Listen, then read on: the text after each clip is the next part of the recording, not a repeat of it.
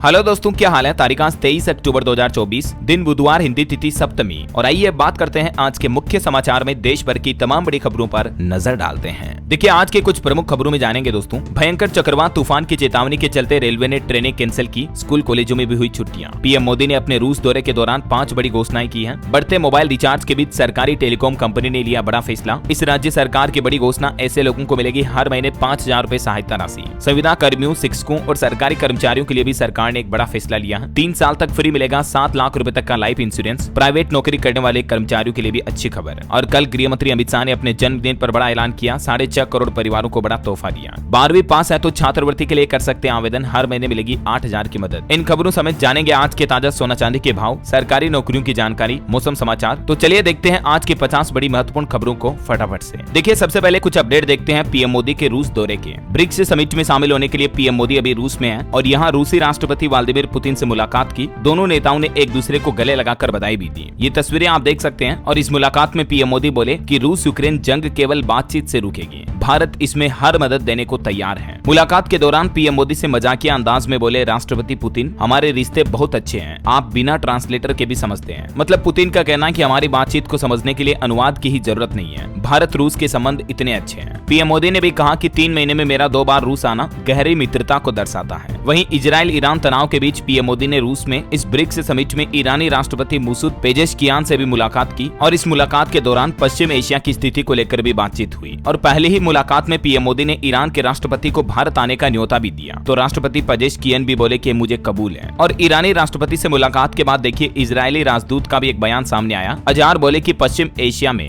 भारत के आर्थिक और राजनीतिक भूमिका काफी महत्वपूर्ण है। वहीं खबर तो ये भी है दोस्तों कि पीएम मोदी और चीन के राष्ट्रपति शी जिनपिंग के बीच भी आज द्विपक्षीय बैठक होगी इसी ब्रिक्स समिट में। गलवान घाटी में भारत चीन के संघर्ष के बाद दोनों नेता पहली बार मुलाकात करेंगे। और मीडिया रिपोर्ट्स के मुताबिक अगर मोदी, पुतिन और जिनपिंग ये तीनों एक साथ हाथ मिलाते हैं तो पूरे दुनिया के पॉलिटिकल लीडर 360 डिग्री घूम जाएंगे, क्योंकि जब तीनों शक्तिशाली देश एक साथ आ जाएंगे तो ये दुनिया के लिए बड़ी हैरानी की बात होगी। देखते हैं आज की मुलाकात में क्या कुछ बातें चीतें होती हैं भारत चीन के बीच भी, ये काफी महत्वपूर्ण होगा। जो भी अपडेट आएगा मैं आपको बता दूंगा। वहीं अभी ब्रिक्स सम्मेलन में भी भारत के एजेंडे क्या क्या हैं और ये हमारे लिए कितना अहम है, इस ब्रिक्स समिट में पीएम मोदी किन मुद्दों को उठाएंगे, जिनकी कुछ डिटेल भी आप देख सकते हैं। ऑल ओवर देखा जाए दोस्तों तो भारत के लिए ब्रिक्स की अहमियत काफी ज्यादा महत्वपूर्ण है विदेश नीति के हिसाब से। चलिए अब अपन आगे बढ़ते हैं खबरों में। देखिए, बड़ी खबर, मुस्लिम विवाह को लेकर बॉम्बे हाईकोर्ट ने एक अहम फैसला सुनाया और कहा कि पुरुष एक से अधिक शादी भी करा सकते हैं पंजीकृत। एक केस की सुनवाई करते हुए मुंबई उच्च न्यायालय ने मुस्लिम विवाह को लेकर ये अहम फैसला सुनाया। हाईकोर्ट ने कहा कि क्योंकि उनके पर्सनल लॉ में बहु विवाह की अनुमति है और इसलिए एक मुस्लिम व्यक्ति एक से ज्यादा शादियां रजिस्टर करा सकता है। वहीं अगली बड़ी अच्छी खुशखबरी देखिए दोस्तों, भारत की रफ्तार सबसे तेज होती जा रही है। और अब तो देखिए, भारत की ताकत पर IMF ने एक बार फिर से मुहर लगाई। दुनिया में कोई देश नहीं दे पाएगा टक्कर हिंदुस्तान को। दरअसल IMF ने अनुमान जताया है 7% की दर से बढ़ेगी हमारे देश की इकोनॉमी FY25 यानी कि फाइनेंशियल ईयर 2025 के लिए। इंटरनेशनल मॉनेटरी फंड की तरफ से ये भारत की विकास दर को लेकर अनुमान जताया गया कि वित्त वर्ष 2025 में 7% रहेगी भारत की GDP ग्रोथ रेट। IMF ने कहा कि वित्त वर्ष 2026 में भी इंडिया की इकोनॉमी 6.5% की दर से बढ़ेगी। और न सिर्फ IMF बल्कि देखिए, एक और रेटिंग एजेंसी S&P ने भी यह दावा किया है कि 2025 में भारत की विकास दर 6.8% और 2026 में 6.6% रहेगी। तो ये जो भी सर्वे आ रहे दोस्तों, भारत की विकास दर को लेकर वाकई में अच्छे संकेत हैं। मीडिया रिपोर्ट्स के मुताबिक साल 2030 तक दुनिया की तीसरी सबसे बड़ी इकोनॉमी होगा हमारा भारत। चालू वित्त वर्ष में भी शानदार रहेगी GDP ग्रोथ रेट, क्योंकि भारत सरकार भी लगातार इंफ्रास्ट्रक्चर पर अपना खर्च बढ़ा रही है और घरेलू खपत भी तेजी से बढ़ रही है। तो इसका सकारात्मक असर GDP पर देखने को मिल रहा है। चलिए अगली बड़ी खबर देखिए, 30 विमानों को फिर मिली बम से उड़ाने की धमकी। अब तक 120 से ज्यादा विमानों को धमकी मिल चुकी है, जिससे 200 करोड़ से भी ज्यादा का नुकसान हुआ। दिनों दिन फ्लाइट्स में बम की धमकियां लगातार बढ़ती जा रही है। अब इंडिगो, विस्तारा और AI यानी एयर इंडिया की भी 50 से ज्यादा फ्लाइट्स में बम की धमकियां और मिली हैं। बीते 8 दिनों में यानी सप्ताह भर में ही 170 से ज्यादा विमानों को धमकियां मिली और सरकार बोली कि अब सख्त कानून लाएंगे। ये खोखली धमकियों को लेकर केंद्र सरकार ने 4 बड़े एक्शन भी लिए हैं। देख सकते हैं, एयर मार्शल की संख्या दुगुनी की जाएगी, एयरलाइंस के CEO के साथ बैठक भी की, DGCA के प्रमुख को हटाया गया, मुंबई और कोची से 2 लोगों को अरेस्ट भी किया गया। और दोस्तों, न सिर्फ विमानों में बल्कि अब तो ये धमकियों का सिलसिला स्कूलों तक भी पहुंच चुका है। देखिए, आप बीते दिन देश के कई CRPF के स्कूलों को बम से उड़ाने की धमकी मिली। स्कूल प्रबंधन को जब ये ईमेल मिला तो हड़कंप समझ गया। 3 राज्यों के 5 स्कूलों को ये बम की धमकियां मिली हैं, जिनमें 3 तो CRPF के स्कूल रहे। हालांकि जांच में कुछ भी संदिग्ध नहीं मिला, यानी कि ये भी धमकियां खाली खोखली धमकियां रही। और ये वजह कि इन खाली धमकियों के चलते अब BTAC और अलर्ट हुआ। कई सारे प्रोटोकॉल में भी बदलाव बदलाव किया गया है। अफवाहों से निपटने के लिए अब सख्त कदम उठाए जाएंगे। चलिए अगला अपडेट देखिए, आम आदमी पार्टी सरकार का बड़ा ऐलान, दिव्यांग व्यक्तियों को अब 5,000 रुपए मासिक पेंशन देगी दिल्ली सरकार। दिल्ली सरकार के समाज कल्याण मंत्री सौरभ भारद्वाज की तरफ से यह बड़ी घोषणा की गई है। वहीं कलकत्ता ट्रेनी डॉक्टर केस पर भी खबर आ रही है। पीड़ित के पिता ने अब गृह मंत्री अमित शाह को एक मेल लिखा जिसमें कहा कि मैं आपसे मार्गदर्शन और मदद चाहता हूं, मुलाकात का समय दें। वैसे अभी काफी दिनों बाद अब कलकत्ता में जूनियर डॉक्टर्स ने भूख हड़ताल खत्म की। मुख्यमंत्री ममता बनर्जी से मीटिंग के बाद यह फैसला लिया। मैंने आपको कल ही अपडेट बताया था।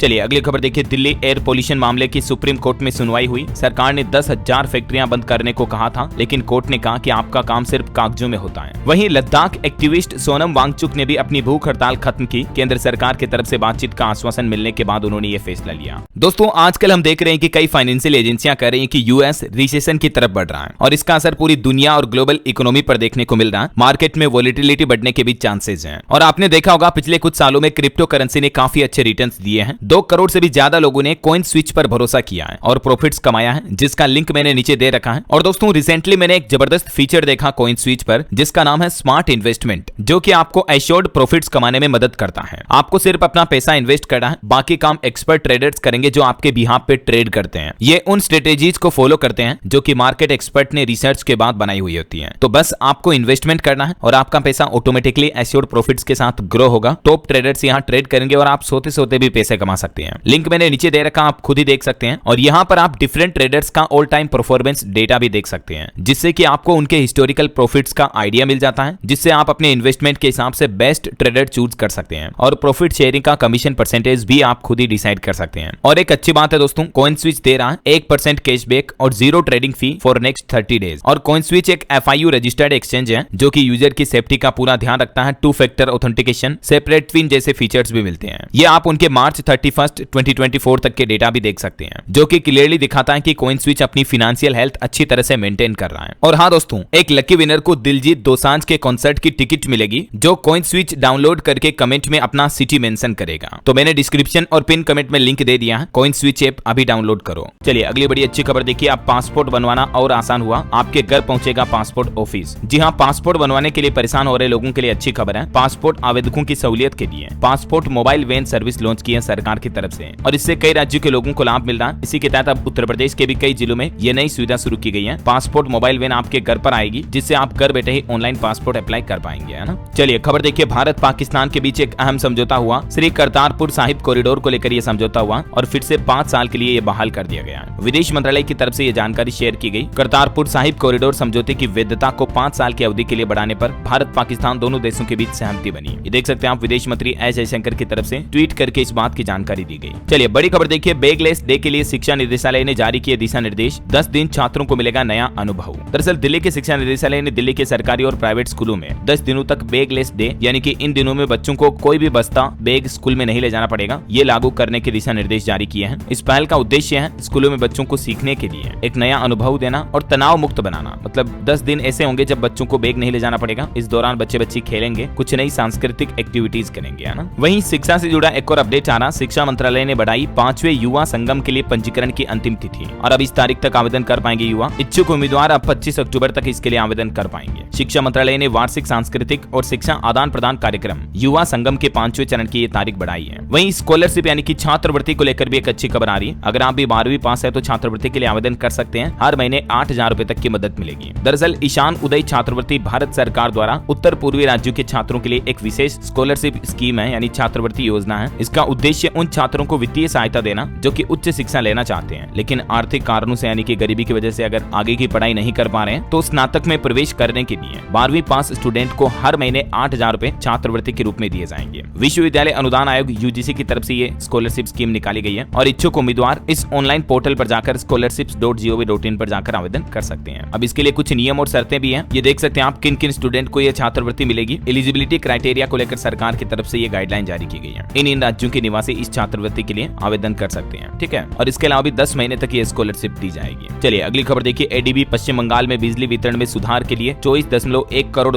का ऋण देगी। एडीबी यानी एशियाई डेवलपमेंट बैंक की तरफ से पश्चिम बंगाल राज्य के लिए बड़ी घोषणा की गई है। वहीं खबर है, देश की वित्त मंत्री निर्मला सीतारमण अभी विदेश दौरे पर हैं और यहाँ अमेरिका के न्यूयॉर्क में उन्होंने कोलंबिया यूनिवर्सिटी में कहा कि मजबूत रही है भारत की बैंकिंग प्रणाली। भारत वृद्धि के नए अवसरों का लाभ उठाने की अच्छी स्थिति में है। अमेरिका में वित्त मंत्री ने यह भी बड़ा दावा किया और वित्त मंत्री सिटी बैंक की सीईओ से भी मुलाकात की है। भारतीय भुगतान प्रणाली की मुरीद हुई सीईओ। वहीं एक अच्छी खबर है, 5 और सरकारी बैंक सृजित कर सकेंगे सीजीएम पद। वित्त मंत्रालय की तरफ से इस पहल को भी मंजूरी दे दी गई है। चलिए अगला अपडेट आ रहा दोस्तों, म्यूचुअल फंड को लेकर यूनिट के लिए 1 नवंबर से ही नया नियम लागू किया जाएगा सेबी की तरफ से। म्यूचुअल फंड्स में निवेश करने वाले निवेशकों के लिए बड़ी खबर है, market regulator SEBI mutual fund unit के लिए इनसाइडर ट्रेडिंग नियम लागू करने की तारीख तय कर चुकी है और 1 नवंबर 2024 से यह नया नियम लागू होगा। इस नए नियम के तहत एसेट मैनेजमेंट कंपनी यानी एएमसी के म्यूचुअल फंड में नामित व्यक्तियों और उनके करीबी रिश्तेदारों द्वारा किए गए 15 लाख रुपए से ज्यादा के सभी लेन देन की सूचना 2 कारोबारी दिवस के भीतर अनुपालन अधिकारी को देनी होगी। कुल मिलाकर म्यूचुअल फंड में होने वाले फ्रॉड धोखाधड़ी को रोकने के लिए सेबी की तरफ से ये नए नियम लागू किए जा रहे हैं ना, देख सकते हैं आप डिटेल भी। चलिए अगला अपडेट आ रहा है, एक ग्राउंड रिपोर्ट देखिए जरा। यमुना नदी की सफाई पर 7 सालों में 7,000 करोड़ रुपए खर्च हुए हैं, लेकिन अभी भी हालात इसके ऐसे हैं कि पानी पीना तो दूर की बात, छूने लायक भी नहीं है, नहाने के लायक भी नहीं है यमुना का पानी।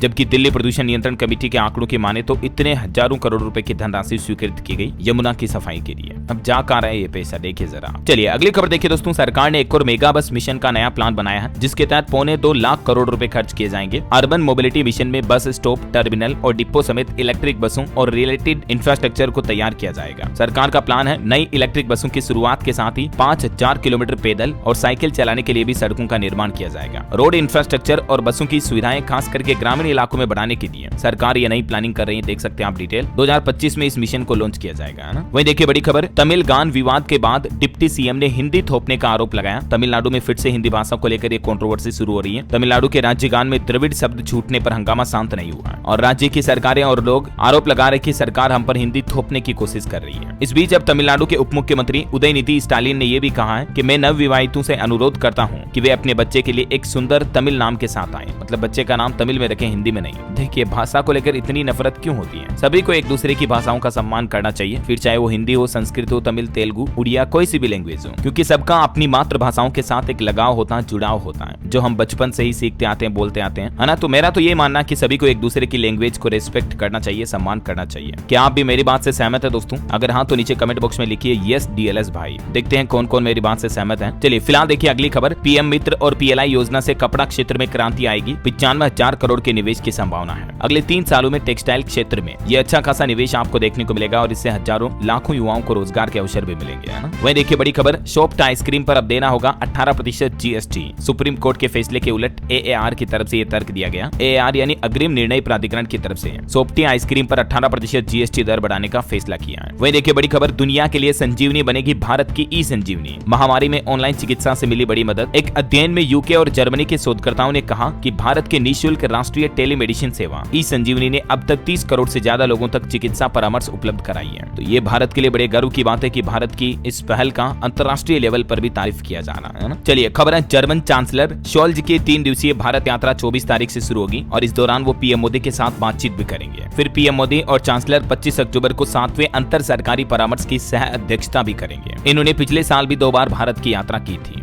वहीं देखिए एक बड़ी दुर्घटना हो गई, बेंगलुरु में निर्माणाधीन इमारत ढही, 20 मजदूर फंसे, 1 की जान चली गई, 14 को बचाया गया। स्पैम कॉल को लेकर एक बड़ी खबर आ रही है। 27 दिनों के अंदर बिहार में 22 करोड़ स्पैम कॉल दर्ज किए गए। आर्टिफिशियल इंटेलिजेंस ने 70 लाख फर्जी एसएमएस भी पकड़े। ये जो ट्राई की तरफ से नई पहल शुरू की गई, इसके रिजल्ट सामने दिखने लगे हैं। बिहार झारखंड में सबसे ज्यादा लोगों को फर्जी कॉल और मैसेज के साथ सामना करना पड़ रहा और ये स्पैम कॉल को रोकने के लिए अब टेलीकॉम कंपनियां एआई का भी इस्तेमाल कर रही है। चलिए अगली बड़ी अच्छी खबर देखिए, 3 साल तक फ्री मिलेगा 7 लाख रुपए तक का लाइफ इंश्योरेंस यानी कि जीवन बीमा। ईपीएफओ ने 12 महीने लगातार सर्विस की शर्त भी हटा दी है। ईपीएफओ यानी कर्मचारी भविष्य निधि संगठन की तरफ से ईडीएलआई स्कीम यानी कर्मचारी जमा संबंध बीमा स्कीम को लेकर इस अवधि को 3 साल तक के लिए बढ़ा दिया और ईपीएफओ के इस फैसले से तकरीबन 6 करोड़ से ज्यादा सदस्यों को फायदा होगा। ईडीएलआई स्कीम के तहत ईपीएफओ सब्सक्राइबर्स को 7 लाख रुपए तक का जीवन बीमा बिल्कुल फ्री में मिलता है और पहले इसमें एक शर्त यह भी थी कि कर्मचारी एक ही जगह पर कम से कम 12 महीने नौकरी करो, 1 साल तक एक ही कंपनी में नौकरी करें, तब इसका फायदा मिलता था। लेकिन अभी इस शर्त को भी ईपीएफओ ने हटा दिया। तो इससे भी देश के लाखों प्राइवेट नौकरी करने वाले और सरकारी कर्मचारियों को भी फायदा होगा जो ईपीएफओ से जुड़े हैं। अब ये बीमा राशि कितनी होगी ये सैलरी पर डिपेंड करती है और नौकरी अगर बिल्कुल छोड़ दे तो फिर इसका लाभ नहीं मिलता है। वहीं देखिए कल गृह मंत्री अमित शाह का जन्मदिन था और इस मौके पर उन्होंने एक बड़ा ऐलान किया है। 6.5 करोड़ परिवारों को तोहफा मिला और ये परिवार है डेयरी उद्योग से जुड़े परिवार। इनको जल्द ही सहकारी क्षेत्र में शामिल किया जाएगा। गृह मंत्री अमित शाह की तरफ से यह बड़ा ऐलान किया गया है। उन्होंने कहा कि हमारे देश के ग्रामीण क्षेत्र के करीब 6.5 करोड़ परिवारों को अभी भी उनकी मेहनत का पूरा लाभ नहीं मिल रहा है। जो किसान भाई लोग दूध बेचते हैं, दुग्ध उत्पादक हैं, तो ऐसे परिवार जो अभी भी सहकारी क्षेत्र के दायरे से बाहर हैं और उचित मूल्य नहीं मिलने के कारण उन्हें शोषण का सामना करना पड़ रहा है, तो डेयरी कारोबार से जुड़े तकरीबन 6 से 8 करोड़ परिवारों को अब सहकारी क्षेत्र में शामिल किया जाएगा और उन्हें एक्स्ट्रा लाभ मिलेगा। देख सकते हैं आप क्या सरकार की प्लानिंग है इस बारे में। बहरहाल अभी तो कुछ और महत्वपूर्ण और काम की खबरें देखेंगे दोस्तों अपन, लेकिन फिलहाल वक्त तो चला आज के ताजा मौसम समाचार जानने का। देखिए दोस्तों, डाना साइक्लोन जो अभी आ रहा है उसको लेकर रेलवे ने भी बड़ा फैसला लिया। 23 से 26 अक्टूबर तक रद्द रहेगी तकरीबन 188 ट्रेनें। बंगाल की खाड़ी से एक बड़ा चक्रवाती तूफान आ रहा। उड़ीसा राज्य में तो सरकारी कर्मचारियों की छुट्टियां भी कैंसिल कर दी गई है। 10 जिलों में हाई अलर्ट जारी किया गया। साइक्लोन दाना 25 अक्टूबर को उड़ीसा और पश्चिम बंगाल के तट से टकराएगा। बेंगलुरु में 6 घंटों में ही 6 इंच बारिश हुई। साउथ ईस्ट रेलवे की 150 ट्रेनें कैंसिल है अभी। और ये चक्रवाती तूफान की चेतावनी के बाद कई जगहों पर स्कूल कॉलेज भी बंद करने का आदेश जारी कर दिया है। डाना की दस्तक से पहले ही दहशत का माहौल बन गया। उड़ीसा और बंगाल के तकरीबन 23 जिलों के स्कूल बंद कर दिए गए। 25-26 अक्टूबर तक ये स्कूल बंद रखने का आदेश जारी कर दिया। और दोस्तों, बंगाल उड़ीसा के अलावा भी दाना तूफान का असर कई और राज्यों में देखने को मिलेगा। देखिए आप, छत्तीसगढ़ में भी अगले 2 दिन बरसात की चेतावनी। प्रदेश में कुछ जगहों पर हल्की से मध्यम बारिश के आसार हैं। राजस्थान के भी 4 जिलों में आज भारी बारिश का अलर्ट है। कई शहरों में बरसात के साथ ओलावृष्टि की भी चेतावनी। बिहार में भी देखिए चक्रवाती तूफान को लेकर ट्रेनें रद्द की गई। गया से गुजरने वाली 6 ट्रेनें कैंसिल रहेगी। 23 से 25 अक्टूबर के बीच दिखेगा असर। झारखंड में भी आज 23 अक्टूबर से चक्रवात दाना का असर दिखेगा। दक्षिणी मध्य में भारी बारिश और आकाशीय बिजली गिरने की भी आशंका है। 50 किलोमीटर प्रति घंटा की रफ्तार से हवाएं चलेगी। हरियाणा में मौसम विभाग का कहना कि देरी से शुरू होगी इस बार सर्दी की शुरुआत। 24 अक्टूबर के बाद बदलेगा मौसम। और भी स्काईमेट वेदर की रिपोर्ट के मुताबिक अगले 24 घंटों के दौरान मौसम की संभावित गतिविधियां क्या रह सकती हैं, किन किन राज्यों में बारिश के आसार है इस चक्रवात तूफान के चलते, जिसकी जानकारी आप देख लीजिएगा थोड़ा सा स्क्रीन पर। चलिए अब अपन बात करें सराफा बाजार की। तो देखिए सोना चांदी के भाव फिर से नए रिकॉर्ड हाई पर पहुंच चुके हैं। सोना 78,232 प्रति 10 ग्राम पर चल रहा और चांदी भी 97,254 रुपए प्रति किलो पर पहुंच चुकी है। कुछ राज्यों में तो चांदी के भाव 1 लाख के पार पहुंच चुके हैं। राजस्थान, मध्य प्रदेश वगैरह में रेट मैंने आपको कल ही बताए थे। राजस्थान में तो 24 कैरेट सोना भी 80,000 रुपए प्रति 10 ग्राम तक पहुंच गया है। चलिए साथ के साथ मार्केट के कुछ अपडेट भी देख लेते हैं। देखिए सेंसेक्स में बड़ी गिरावट देखी गई 930 अंक की। निफ्टी भी 309 अंक गिरा। और मार्केट एक्सपर्ट का तो यह अनुमान है कि निफ्टी अगर 24,400 के लेवल को तोड़ता है तो अगस्त के निचले स्तर तक भी बिकवाली का दबाव बढ़ सकता है। निवेशकों के 9 लाख करोड़ रुपए डूबे। शेयर मार्केट में मानो क्रेश की सुनामी आई हुई है अभी। चलिए कुछ कंपनियों के अपडेट भी देखिए आप। QIP के जरिए 8,500 करोड़ रुपए जुटाएगी जोमेटो कंपनी। बोर्ड ने प्रस्ताव को दी मंजूरी। फूड डिलीवरी जोमेटो कंपनी के नतीजे भी आ चुके। 388% प्रॉफिट बढ़ा। 36 करोड़ से बढ़कर 176 करोड़ रुपए हुआ मुनाफा। वहीं देखिए अडानी ग्रीन का दूसरी तिमाही में मुनाफा 39% बढ़ा।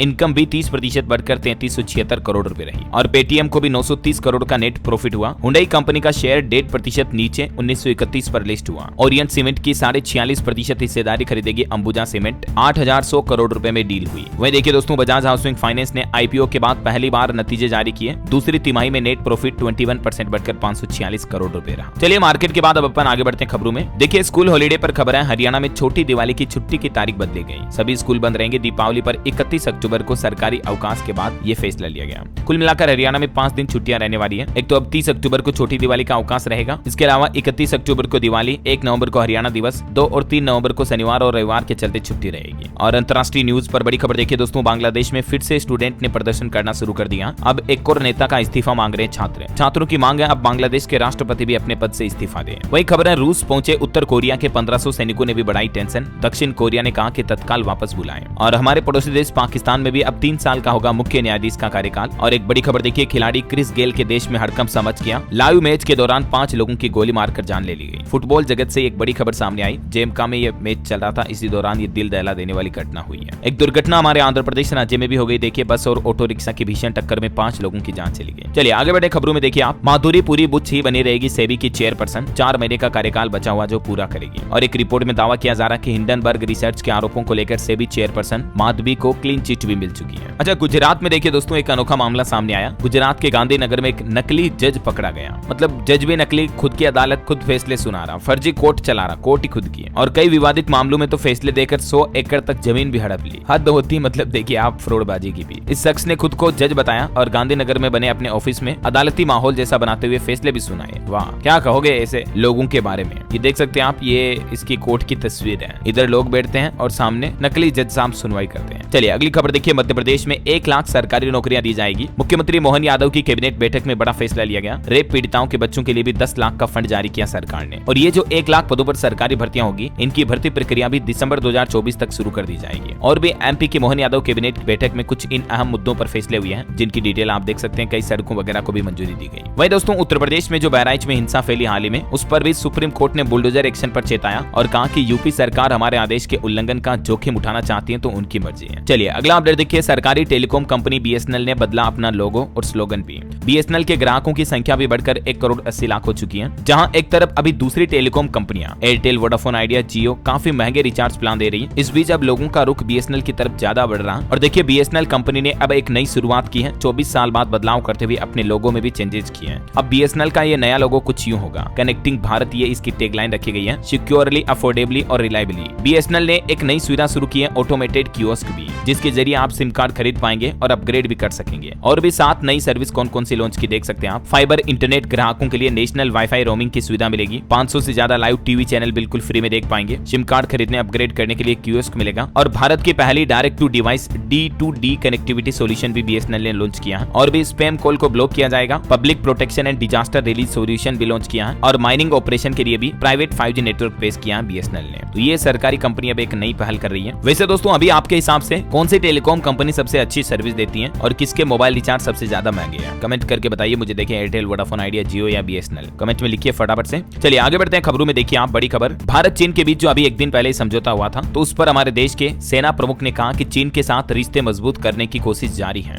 एक दूसरे पर विश्वास करने से ही हल निकलेगा। जो कल ही पेट्रोलिंग का समझौता हुआ था, आपको पता होगा। तो आर्मी चीफ बोले कि भरोसा जमाने में वक्त लगेगा। सीमा पर गश्त इसका जरिया है, इसके बाद अगला स्टेप लेंगे। चीन भी बोला कि मिलकर विवाद सुलझाएंगे। तो कहीं ना कहीं अब देखा जाए तो चीन भारत के साथ वापस अपने रिश्ते सुधारने की पहल कर रहा है। वहीं देखिए दोस्तों जम्मू कश्मीर में भी लश्कर का एक नया आतंकी संगठन TLM एक्टिव हुआ। पुलिस ने दावा किया कि यहाँ आतंकियों की भर्ती की जा रही है। चलिए अगली खबर देखिए दोस्तों, दिवाली के मौके पर नोएडा मेट्रो की तरफ से यात्रियों को नई सुविधा दी जाएगी। कुछ जैसे सभी मेट्रो स्टेशन पर आपको पावर बैंक की फैसिलिटी मिलेगी। अब ये एक्स्ट्रा फीस भी नहीं देनी पड़ेगी। QR कोड से पेमेंट कर पाएंगे और टोकन वाली सिक्योरिटी सिस्टम भी लगाया जाएगा। तो ये मेट्रो यात्रियों के लिए अच्छी पहल की गई है। कुछ पॉलिटिक्स के अपडेट देखते हैं फटाफट से। देखिए हरियाणा विधानसभा चुनाव में 25 अक्टूबर को स्पीकर और डिप्टी स्पीकर का चुनाव होना है। इसके लिए प्रबल दावेदार कौन होगा, इसको लेकर भी चर्चाएं चल रही है। वहीं झारखंड के CEO रवि कुमार ने निर्देश दिया, कहा कि चुनाव में कम से कम लें स्कूल बसों का इस्तेमाल। और महाराष्ट्र विधानसभा चुनाव में भी MVA में सीट शेयरिंग तय हुई। कांग्रेस 100 से 105, शिवसेना और उद्धव 96 से 100 और एनसीपी 80 से 85 सीटों पर चुनाव लड़ेगी। खबर है बजरंग पुनिया ने भी कांग्रेस की जिम्मेदारी संभाली, किसान सेल के कार्यकारी प्रधान बनाए गए हैं। वहीं देखिए झारखंड में भी कांग्रेस की पहली लिस्ट में 21 उम्मीदवार घोषित हुए। और यूपी उपचुनाव को लेकर भी खबर है कि प्रदेश में इंडिया गठबंधन बना रहेगा। सपा कांग्रेस को एक और सीट देने पर राजी हुई। चलिए अगली बड़ी खबर देखिए, वक्फ बिल पर जेपीसी मीटिंग में भिड़े भाजपा और टीएमसी के सांसद कल्याण बनर्जी ने बोतल फोड़ी और चेयरमैन की तरफ फेंकी। अभी उन्हें एक दिन के लिए सस्पेंड कर दिया गया। चलिए अगला अपडेट देखिए, साल 2026 में राष्ट्रमंडल खेलों से हटाए गए हॉकी, निशानेबाजी, क्रिकेट और बैडमिंटन और कुश्ती।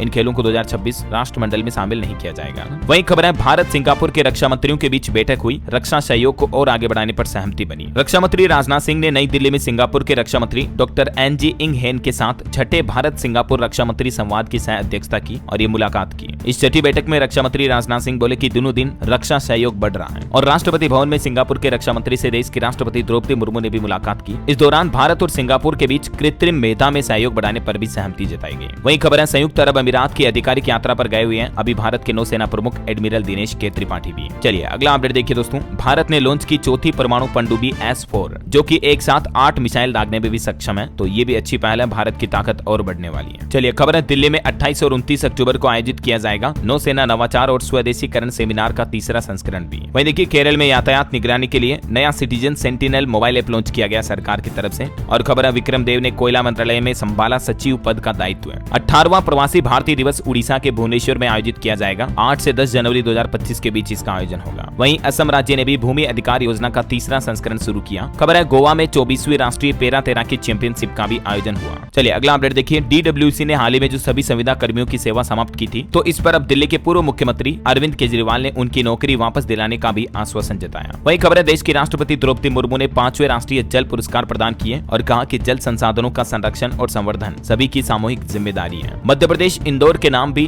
बेस्ट वाटर डिस्ट्रिक्ट अवार्ड मिला। राष्ट्रपति द्रौपदी मुर्मू ने जिला कलेक्टर समेत कई लोगों को सम्मानित किया। चलिए अगला अपडेट अपडेट देखिए, बढ़ते प्रदूषण को लेकर एक्शन में दिल्ली सरकार, विभिन्न विभागों के साथ बैठक में कई बड़े फैसले लिए। खबर है उत्तर प्रदेश में माफिया की 4,500 करोड़ की संपत्ति जब्त हुई। जीरो टॉलरेंस नीति के तहत योगी सरकार निरंतर कार्रवाई कर रही है। और दोस्तों, उत्तर प्रदेश में शिक्षकों और कर्मचारियों के लिए भी एक बड़ी खुशखबरी आई है। पेंशन में जुड़ेगा अब नॉमिनल वेतन वृद्धि का लाभ भी। योगी सरकार की तरफ से सरकारी कर्मचारियों को लेकर यह बड़ा फैसला लिया गया, देख सकते हैं आप। चलिए अगला अपडेट देखिए, यूएई से 3 लाख करोड़ के ऐतिहासिक एमओयू से पश्चिमी राजस्थान में लगेगी 60 गीगावाट क्षमता की सोलर विंड और हाइब्रिड योजना भी। राइजिंग राजस्थान के तहत ये निवेश किया जाएगा। वहीं राजस्थान के बांसवाड़ा के भूकिया जगपुरा में देखिए, प्रदेश की पहली सोने की खान पाएगी। देश के 6 स्वर्ण भंडारों का 25% सोना सिर्फ राजस्थान में है। वैसे अभी राजस्थान में डॉक्टर्स फिर से हड़ताल पर उतर आए, जिसके चलते अस्पतालों में हालात काफी बिगड़े। रात में मरीजों को देखने के लिए भी डॉक्टर्स नहीं है। 225 ऑपरेशन भी टाले गए कई अलग अलग जिलों में। और खबर है राजस्थान के रेलवे स्टेशनों को भी हेरिटेज लुक देगी भजन लाल सरकार, यात्रियों को कई नई सुविधाएं भी मिलेगी। चलिए खबर है हरियाणा सरकार ने भी कैथल में पराली जलाने के आरोप में किसानों को गिरफ्तार किया। 24 कृषि अधिकारियों को भी निलंबित किया। सुप्रीम कोर्ट के फटकार के बाद अब आखिरकार पराली जलाने पर पंजाब हरियाणा इन राज्य सरकारों ने एक्शन लेना शुरू किया है। और देखिए हरियाणा में एक साथ 24 अधिकारी और कर्मचारियों को सस्पेंड किया। वहीं खबर है देश के परिवहन मंत्री नितिन गडकरी ने नागालैंड के 29 राष्ट्रीय राजमार्ग परियोजनाओं की समीक्षा की और कार्य में तेजी लाने पर भी बल दिया। मणिपुर राज्य में भी 50 राष्ट्रीय राजमार्ग परियोजनाओं को मंजूरी मिली है केंद्र सरकार की तरफ से। पर्वतीय क्षेत्रों में 902 किलोमीटर सड़कों के विकास को प्राथमिकता दी जाएगी। वहीं खबर है केंद्र सरकार और लद्दाख के नेताओं के बीच 3 दिसंबर को वार्तालाप होगी, बातचीत होगी। सोनम वांगचुक के अनशन खत्म करने के बाद अब सरकार की तरफ से ये आश्वासन दिया गया। चलिए कुछ स्टेट न्यूज अपडेट देख लेते हैं फटाफट से। देखिए एआई से दुर्लभ गोडाउन हुआ पैदा, 8 महीने में सामने आया रिजल्ट। दावा किया जा रहा कि ऐसा करने वाला दुनिया का पहला देश बन चुका भारत। जैसलमेर के शुदासरी गोडाउन ब्रीडिंग सेंटर में ये एआई से कृत्रिम गर्भदान करवा के गोडाउन का जन्म करवाया गया। वही खबर है दोस्तों, भोपाल इंदौर में देखिए 35 रुपए में 1 किलो प्याज बेच रही है सरकार। एक ग्राहक को अधिकतम 2 किलो खरीदने की ही लिमिट है। और बड़ी खबर है मेडिकल कॉलेजों में एनआरआई छात्रों का एडमिशन नहीं होगा निरस्त। छत्तीसगढ़ हाईकोर्ट ने कहा कि पंजाब हरियाणा हाईकोर्ट का फैसला यहां लागू नहीं होगा। चिकित्सा शिक्षा विभाग का आदेश भी खारिज किया। वहीं छत्तीसगढ़ महाराष्ट्र सीमा पर 5 नक्सली भी ढेर हुए। जवानों ने सरेंडर करने को कहा तो उन्होंने गोलियां बरसाई, बदले में जवानों ने भी उनको सुला दिया। वहीं देखिए छत्तीसगढ़ में 5 लाख सरकारी कर्मचारियों को भी बड़ी सहूलियत मिली। दिवाली से पहले मिलेगी सैलरी, 28 अक्टूबर से भुगतान करने के आदेश जारी किए छत्तीसगढ़ के मुख्यमंत्री विष्णुदेव साय सरकार की तरफ से। और खबर है छत्तीसगढ़ जशपुरा में भी सरगुजा विकास प्राधिकरण की बैठक हुई। बजट की राशि 50 से बढ़ाकर 75 करोड़ रुपए की गई। चलिए अगला अपडेट देखिए दोस्तों, उत्तर प्रदेश में दिवाली 31 अक्टूबर को रहेगी या 1 नवंबर को। तो काशी, अयोध्या और मथुरा के पंडित बोले कि शुभ मुहूर्त 31 तारीख को है। लक्ष्मी पूजन शाम 8 बजे किया जाएगा। तो अभी देखा जाए दोस्तों तो देश के ज्यादातर राज्यों में ज्योतिषाचार्य दिवाली को 31 अक्टूबर को ही मनाने पर सहमत है। हालांकि कुछ लोग 1 नवंबर को भी मनाने की बता रहे हैं, लेकिन ज्योतिषाचार्यों का कहना कि ये उचित नहीं है। चलिए खबर है यूपी की राजधानी लखनऊ में बनेगा वर्ल्ड का सबसे बड़ा पीडियाट्रिक हार्ट सेंटर। सीएम योगी ने घोषणा करते हुए कहा कि बच्चों से जुड़ी बीमारियों को नजदीक से देखा। एसजीपीजीआई में भी 4 योजनाओं का शुभारंभ हुआ। वहीं देखिए लखनऊ में अधिकतम 10,000 में होगा प्रॉपर्टी का म्यूटेशन। नया नियम आज से लागू होगा। बिना लाइसेंस के नहीं चलेंगे टेम्पो, ऑटो और ई रिक्शा भी। और वहीं देखिए बिहार की खबर, लड़के से बनी लड़की, जो कि आज देश की पहली ट्रांस वुमन दरोगा है। लड़की से लड़का बने रोनित झा ने भी पहनी वर्दी। वहीं पंजाब हरियाणा हाईकोर्ट का एक और अहम फैसला देखिए दोस्तों, ट्रायल जज की गलतियों को पक्षपात नहीं माना जा सकता है। तनाव के कारण गलतियां भी हो सकती हैं। जज भी आखिर इंसान ही है। और खबर है बिहार सरकार ने पंजाब लुधियाना के उद्योगपतियों को ऑफर दिया। कपड़ा और होजरी इंडस्ट्री लगाने की पेशकश की। 1 लाख करोड़ निवेश का लक्ष्य रखा है। वहीं पंजाब के 20,000 स्कूलों में एक साथ हुई पेरेंट्स टीचर मीटिंग। मुख्यमंत्री भगवंत मान ने नंगल में पेरेंट्स और स्टूडेंट से मुलाकात भी की और बोले कि बच्चों पर दबाव न बनाएं। इस पीटीएम में 27 लाख से ज्यादा अभिभावक जुटे। सीएम भगवंत मान ने कहा कि जारी रहेगा मिशन स्कूल ऑफ एमिनेंस। चलिए खबर है चंडीगढ़ प्रशासन के भी कर्मचारियों को मिलेगा 30 दिन का बोनस। समूह बी और सी को मिलेगा फायदा। केंद्र सरकार के आदेश का पालन होगा। वहीं देखिए दोस्तों हिमाचल प्रदेश कैबिनेट की बैठक हुई। कई फैसले लिए गए। वन मित्र भर्ती को हरी झंडी मिली। 964 वीपीए भी रेगुलर होंगे। हमीरपुर में भी भरे जाएंगे 150 नर्स के स्टाफ भी। हिमाचल के सीएम सुक्खू कैबिनेट की बैठक में ये कुछ बड़े फैसले लिए गए। वहीं हिमाचल की सुक्खू सरकार ने युवाओं के लिए भी अच्छी घोषणा करते हुए कहा कि 10 दिन में आ जाएंगे लंबित परीक्षाओं के परिणाम भी। चलिए खबर देखिए उत्तराखंड के हाई एल्टीट्यूड में रखे जाएंगे ऑक्सीजन कंसंट्रेटर। मुख्य सचिव ने स्वास्थ्य विभाग को निर्देश दिए ताकि पर्यटकों को भी कोई दिक्कत न हो। और वहीं देखिए उत्तराखंड की सड़कें गड्ढा मुक्त न होने पर मुख्यमंत्री पुष्कर सिंह धामी नाराज हुए। लापरवाह अधिकारियों पर भी कार्रवाई करने के निर्देश जारी किए। खबर है उत्तराखंड में 12 जनवरी तक तैयार होगी युवा नीति। मंत्री रेखा आर्य ने दिए जल्दी कार्य पूरा करने के निर्देश। चलिए कुछ एजुकेशनल खबरें देखते हैं।